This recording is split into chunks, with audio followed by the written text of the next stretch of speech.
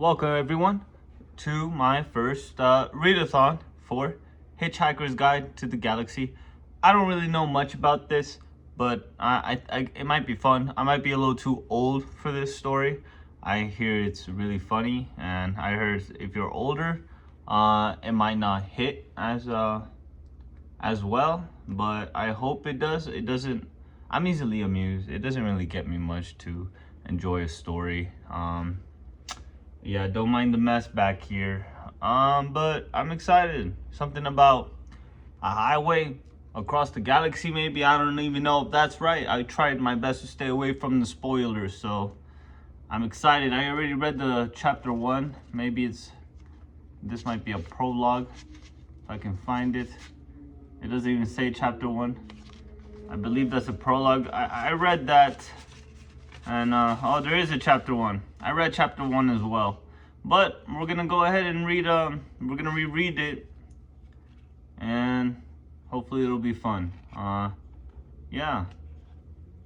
Hitchhiker's Guide to the Galaxy by Douglas Adams. I think it's a sci-fi classic. The Hitchhiker's Guide to the Galaxy by Douglas Adams. For Johnny, Brock, and Clara Gorst, and all other Arlingtonians. For tea, sympathy, and a sofa.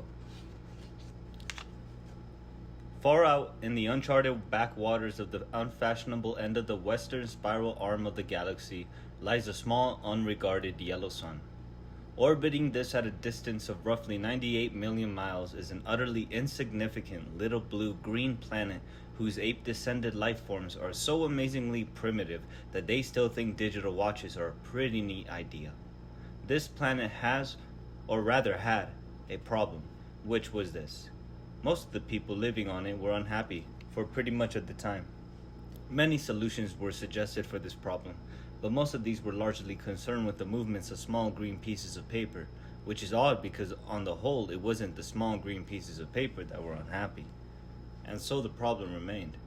Lots of the people were mean, and most of them were miserable, even the ones with digital watches.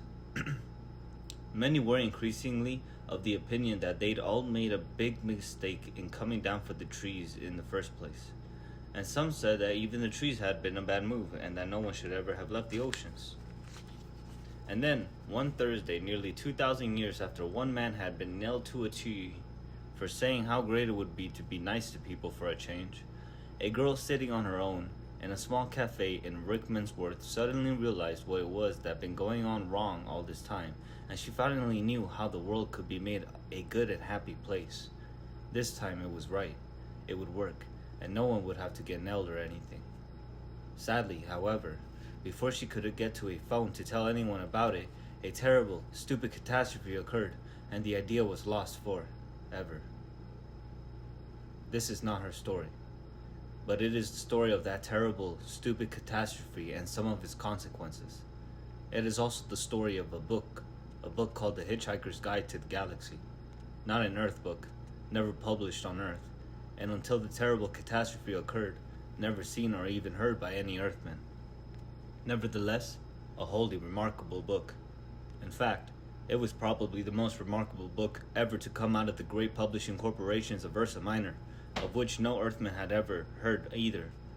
Not only is it a wholly remarkable book, it is also a highly successful one, more popular than the Celestial Home Care Omnibus, better selling than 53 More Things to Do in Zero Gravity, and more controversial than old Ulan Kalufit's trilogy of philosophical blockbusters, Where God Went Wrong, Some More of the God's Greatest Mistakes, and Who Is This God Person Anyway? In many of the more relaxed civilizations on the outer eastern rim of the galaxy, the Hitchhiker's Guide has already supplanted the great Encyclopedia Galactica as the standard repository of all knowledge and wisdom. For though it has many omissions and contains much that is apocryphal, or at least widely inaccurate, it scores over the older, more pedestrian work in two important respects. First, it is slightly cheaper, and second, it has the words "Don't Panic" inscribed in large friendly letters on its cover. but the story of this terrible, stupid Thursday, the story of its extraordinary consequences, and the story of how these consequences are inextricably intertwined with this remarkable book begins very simply. It begins with a house. Alright. Chapter 1. The house stood on a slight rise just on the edge of the village. It stood on its own and looked out over a broad spread of west country farmland. Not a remarkable house by any means. It was about 30 years old, squattish, squarish, made of brick, and had 4 windows set in the front of a size and proportion with more or less exactly felt to please the eye. The only person for whom the house was in any way special was Arthur Dent, and that was only because it happened to be the one he lived in. He had lived in it for about 3 years, ever since he had moved out of London, because it made him nervous and irritable. He was about 30 as well, tall, dark-haired, and never quite at ease with himself. The thing that used to worry him most was the fact that people always used to ask him what he was looking so worried about. He worked in a local radio, which he always used to tell his friends was a lot more interesting than they probably thought. It was, too. Most of his friends worked in advertising. On Wednesday night it had rained very heavily. The lane was wet and muddy, but the Thursday morning sun was bright and clear as it shone on Arthur Dent's house for what it was to be the last time. It hadn't properly registered yet with Arthur that the council wanted to knock it down and build a bypass instead. At 8 o'clock on Thursday morning, Arthur didn't feel very good. He woke up blearily, got up, wandered blearily around his room, opened a window, saw a bulldozer, found his slippers and stomped off to the bathroom to wash. Toothpaste on the brush. So, scrub. Shaving mirror, pointing at the ceiling. He adjusted it. For a moment it reflected a second bulldozer through the bathroom window. Properly adjusted, it reflected Arthur Dent's bristles. He shaved them off, washed, dried and stomped off to the kitchen to find something pleasant to put in his mouth. Kettle, plug, fridge, milk, coffee, yawn. The word bulldozer wandered through his mind for a moment in search of something to connect with. The bulldozer outside the kitchen window was quite a big one. He stared at it. Yellow, he thought, and stomped off back to his bedroom to get dressed. Passing the bathroom, he stopped to drink a large glass of water and another. He began to suspect that he was hungover. Why was he hungover? Had he been drinking the night before? He supposed that he must have been. He caught a glint in the shaving mirror yellow, he thought, and stomped on to the bedroom. He stood and thought. The pub, he thought. Oh dear, the pub. He vaguely remembered being angry about something that seemed important. He'd been telling people about it at great length. He'd rather suspected. His clearest visual recollection was of glazed looks on other people's faces.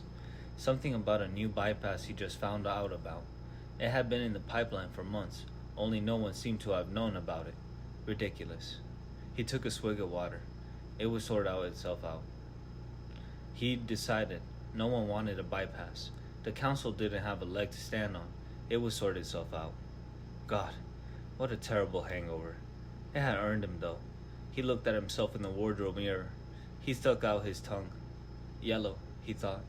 The word yellow wandered through his mind in search of something to connect with. 15 seconds later, he was out of the house and lying in front of a big yellow bulldozer that was advancing up his garden path. Mr. L. Prosser was, as they say, only human. In other words, he was a carbon-based bipedal life form descended from an ape. More specifically, he was 40, fat and shabby, and worked for the local council. Curiously enough, though he didn't know it, he was also a direct male line descendant of Genghis Khan, though intervening generations and racial mixing had so juggled his genes that he had no discernible Mongoloid characteristics, and only vestiges left in Mr. L. Prosser of his mighty ancestry were a pronounced stoutness about the tongue and a predilection for little fur hats. He was by no means a great warrior. In fact, he was a nervous, worried man. Today, he was particularly nervous and worried because something had gone seriously wrong with his job, which was to see that Arthur Dent's house had got cleared out of the way before the day was out.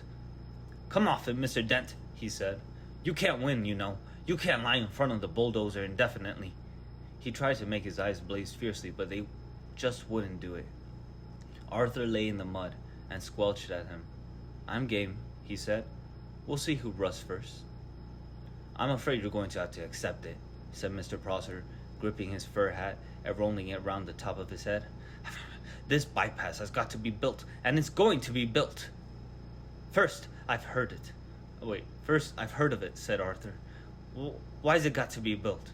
Mr. Prosser shook his finger at him for a bit, then stopped and put it away again. "What do you mean? Why's it got to be built?" he said. "It's a bypass. You've got to build bypasses." Bypasses and devices that allow some people to dash from point A to point B very fast, while other people dash from point B to point A very fast. People living at point C, being a point directly in between, are often given to wonder what's so great about point A that so many people from point B are so keen to get there. And what's so great about point B that so many people from point A are so keen to get there? They often wish that people would just once and for all work out where the hell they wanted to be. Mr. Prosser wanted to be at point D. Point D wasn't anywhere in particular. It was just any convenient point a very long way from points A, B, and C. He would have a nice little cottage at point D with access over the door, and spend a pleasant amount of time at point E, which he would be the nearest pub to point D. His wife, of course, wanted climbing roses, but he wanted access. He didn't know why. He just liked access. He flushed hotly under the derisive grins of the bulldozer drivers. He shifted his weight from foot to foot, but it was equally uncomfortable on each. Obviously, somebody had been appallingly incompetent, and he hoped to God it wasn't him. Mr. Prosser said, "You were quite entitled to make any suggestions or protests at the appropriate time, you know." "Appropriate time?" hooted Arthur. "Appropriate time? The first I knew about it was when a workman arrived at my house yesterday. I asked him if he'd come to clean the windows, and he said no.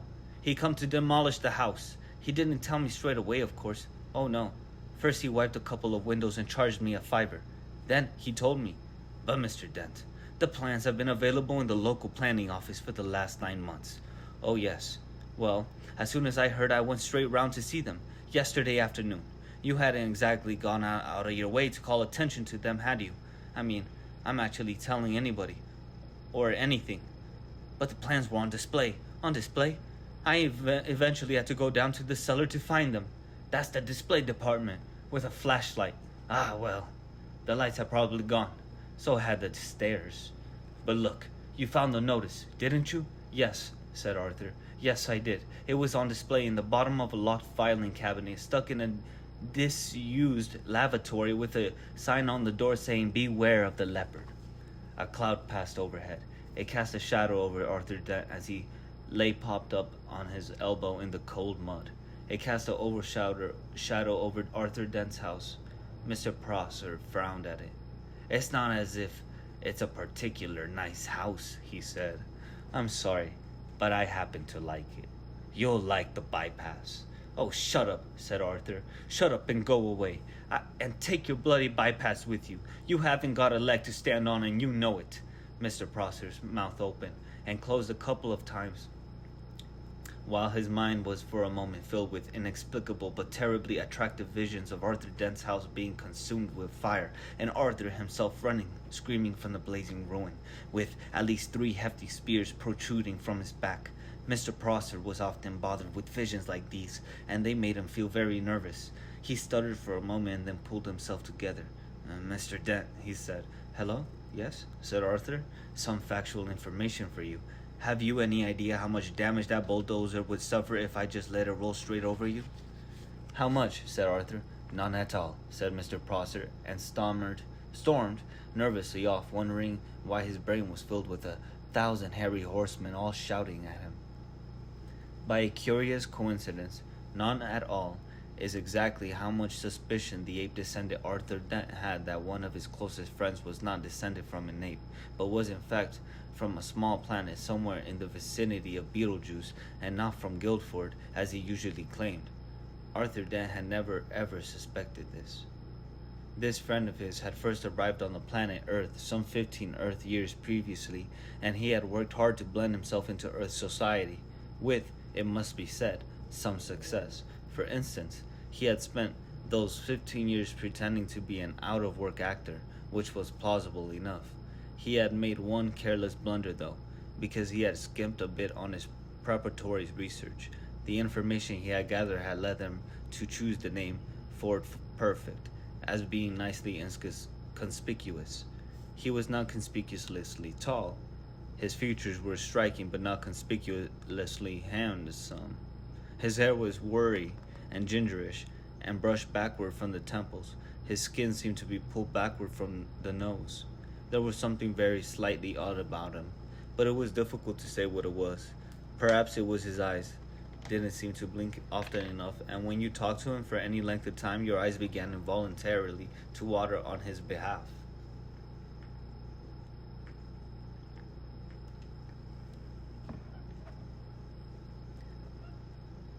Perhaps it was that he smiled slightly too broadly and gave people the unnerving impression that he was about to go for their neck.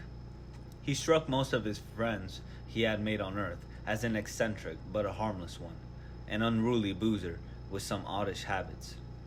For instance, he would often gate-crash university parties, get badly drunk, and start making fun of any astrophysicist he could find till he had gone thrown out. Sometimes he would get seized with oddly distracted moods and stare into the sky as if hypnotized until someone asked him what he was doing. Then he would start guiltily, for a moment relax and grin. "Oh, you're just looking for saucers," he would joke, and everyone would laugh and ask him what sort of flying saucers he was looking for. "Green ones," he would reply with a wicked grin, laugh wildly for a moment, and then suddenly lunge for the nearest bar and buy an enormous round of drinks. Evenings like this usually ended badly. Ford would get out of his skull on whiskey, huddle in the corner with some girl and explain to her in slurred phrases that honestly the color of the flying saucers didn't matter that much really. Thereafter, staggering semi-paralytic down the night streets, he would often ask passing policemen if they knew the way to Beetlejuice. The policeman would usually say something like, "Don't you think it's about time you went off home, sir?" "I'm trying to, baby, I'm trying to," is what Ford invariably replied on these occasions. In fact, what he was really looking for when he stared distractedly into the sky was any kind of flying saucer at all. The reason he said green was that green was the traditional space livery of the Beetlejuice trading scouts. Ford Prefect was desperate that any flying saucer at all would arrive soon because 15 years was a long time to get stranded anywhere, particularly anywhere, somewhere as mind-bogglingly dull as the Earth. Ford wished that a flying saucer would arrive soon because he knew how to flag flying saucers down and get lights from them. He knew how to see the marvels of the universe for less than $30 Altarian a day. In fact, Ford Perfect was a roving researcher for that wholly remarkable book, The Hitchhiker's Guide to the Galaxy. Human beings are great adapters, and by lunchtime, life in the environs of Arthur's house had settled into a steady routine. It was Arthur's accepted role to lie squelching in the mud, making occasional demands to see his lawyer, his mother, or a good book. It was Mr. Prosser's accepted role to tackle Arthur with the occasional new ploy, such as the For the Public Good talk, or the March of Progress talk. The They knocked my house down once, never looked back talk, and various other cajoleries and threats, and it was the bulldozer drivers accepted a role to sit around drinking coffee and experimenting with union regulations to see how they would turn the situation to their financial advantage. The earth moved slowly in its diurnal course. The sun was beginning to dry out the mud that Arthur lay in. A shadow moved across him again. "Hello, Arthur," said the shadow. Arthur looked up and, squinting into the sun, was startled to see Ford Prefect standing above him. "Ford! Hello, how are you?" "Fine," said Ford. "Look, are you busy?" "Am I busy?" exclaimed Arthur. "Well, I've just got all these bulldozers and things to lie in front of because they'll knock my house down if I don't. But other than that, well, no, not especially. Why?" They don't have sarcasm on Beetlejuice, and Ford Prefect often failed to notice it unless he was concentrating. He said, "Good. Is there anywhere we can talk?" "What?" said Arthur. For a few seconds, Ford seemed to ignore him, and stared fixedly into the sky like a rabbit trying to get run over by a car. Then, suddenly, he squatted down beside Arthur. "We've got to talk," he said urgently. "Fine," said Arthur. "Talk. And drink," said Ford. "It's vitally important that we talk and drink. Now, we'll go to the pub in the village." He looked into the sky again, nervous, expectant. "Look, don't you understand?" shouted Arthur. He pointed at Prosser. "That man wants to knock my house down." Ford glanced at him, puzzled. "Well, he can do it while you're away, can't he?" he asked. "But I don't want him to." "Ah." "Look, what's the matter with you, Ford?" said Arthur. "Nothing. Nothing's the matter. Listen to me. I've got to tell you the most important thing you've ever heard. I've got to tell you now, and I've got to tell you in the saloon bar of the Horse and Groom." "But why?" "Because you're going to need a very stiff drink." Ford stared at Arthur, and Arthur was astonished to find his will beginning to weaken. He didn't realize that this was because of an old drinking game that Ford learned to play in the hyperspace sports that served the Madre Knight mining belts in the star system of Orion Beta. Wow. The game was not unlike the Earth game, called Indian Wrestling, and was played like this. 2 contestants would sit either side of a table with a glass in front of each of them. Between them would be placed a bottle of Jank's spirit, as immortalized in the ancient Orion mining song. "Oh, don't you give me none more of that old Jank's spirit. No, don't you give me none of that old Jank's spirit. For my head will fly, my tongue will lie, my eyes will fry, and I may die. Won't you pour me one more of that sinful old Jank's spirit?"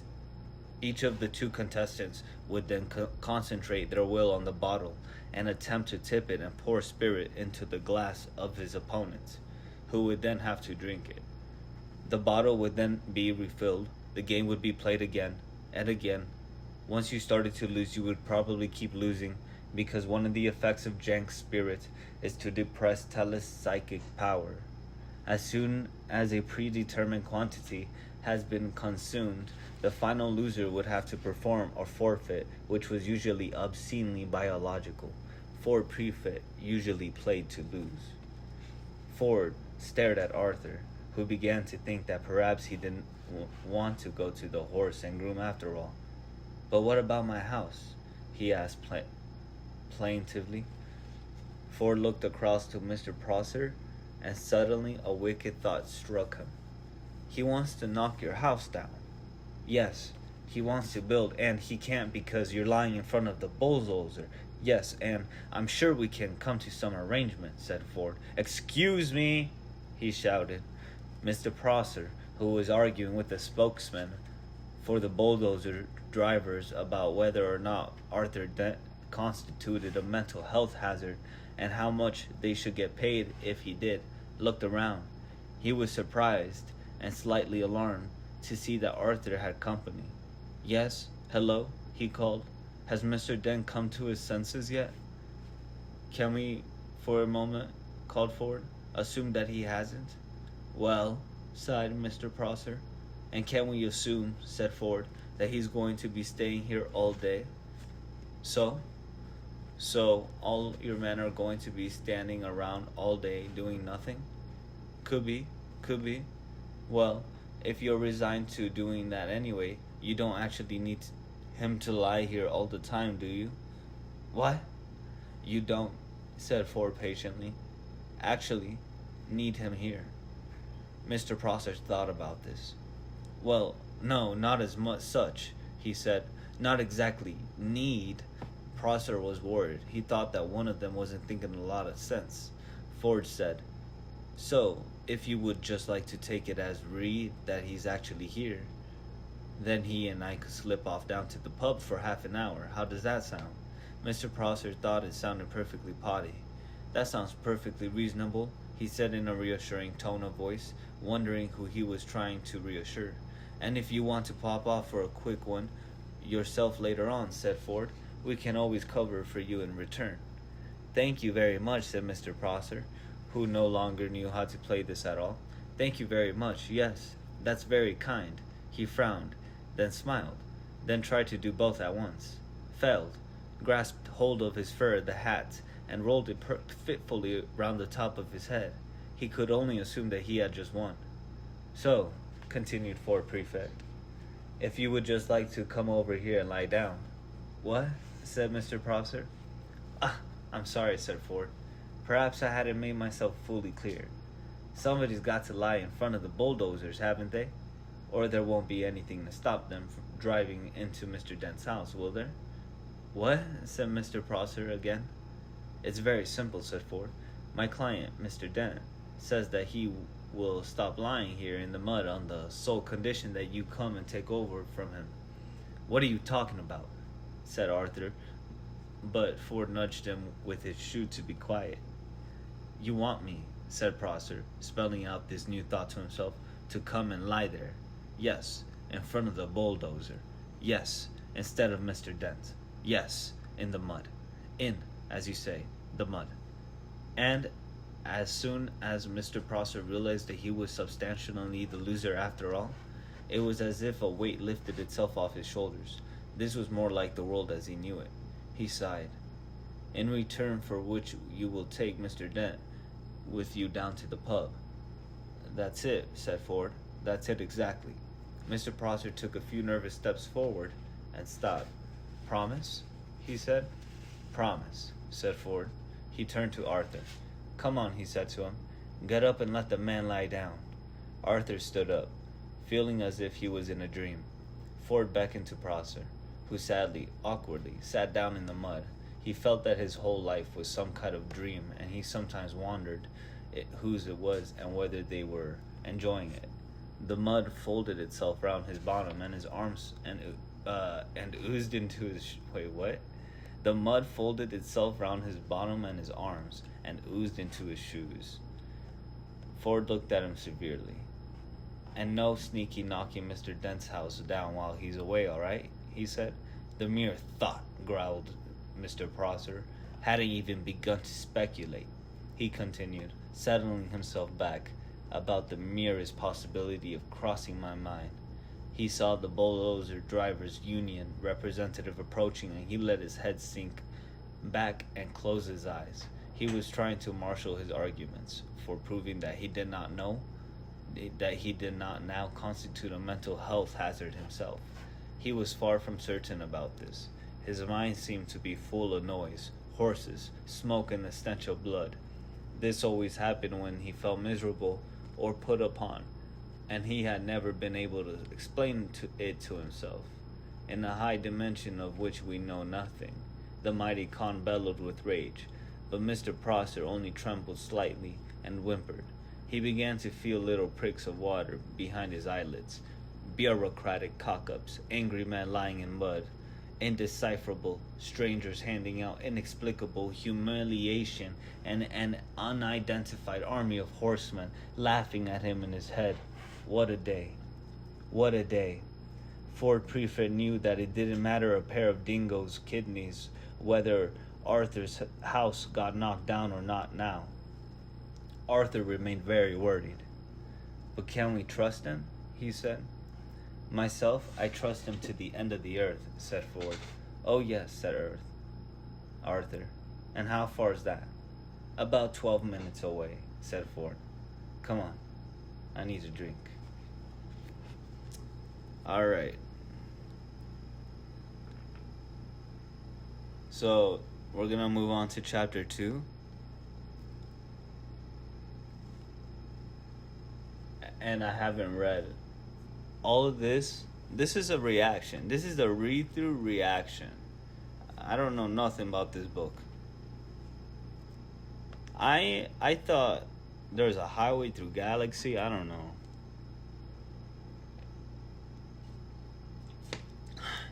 I guess the highway was just a bypass